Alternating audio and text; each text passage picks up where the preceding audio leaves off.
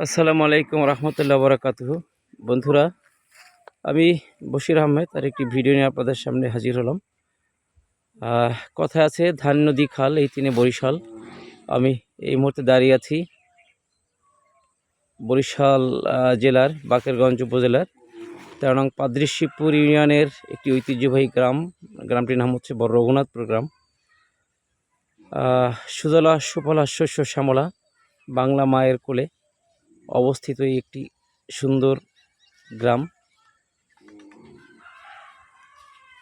এই গ্রামটিতে আমি এই গ্রামটিকে আপনাদের সামনে তুলে ধরার জন্য আমার এই ক্ষুদ্র প্রয়াস। এটা আমার জন্মস্থান। এখানকার আলো বাতাস কাদা মাটিতে আমি বড় হয়েছি। অনেক সুন্দর একটি গ্রাম, ভালো লাগবে নিশ্চয়ই আপনাদের। আমরা এখন আমাদের এখানে হচ্ছে আমন ধানের সিজন। আমন ধান আপনারা দেখছেন মাঠে। আমন ধানের সিজন এটা। আপনারা দেখছেন আমন ধান, মাঠ ভরা আমন ধান। আমাদের এখানে দুটো ধান হয়, একটা আউশ এবং আমন। এবং এটা অনেক আগে থেকেই এরকম, কিন্তু বর্তমানে কৃষিতে আধুনিকায়নের ফলে এখন বর্তমানে ইরি ধানের চাষও হয়। তবে আমাদের আগে থেকে এটা আউশ এবং আমন দুটো ধান হতো এখানে।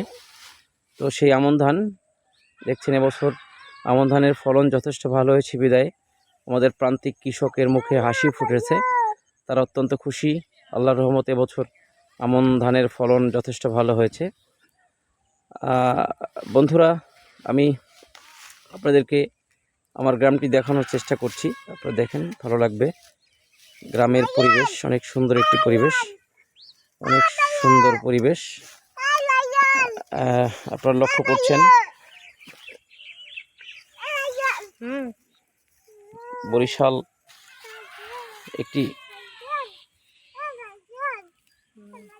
বরিশাল জেলা একটি একসময় এটাকে শস্য ভাণ্ডার বলা হতো, আপনারা জানেন। সেই বরিশালের একটি অংশ এটা। আশা করছি আপনাদের ভালো লাগবে।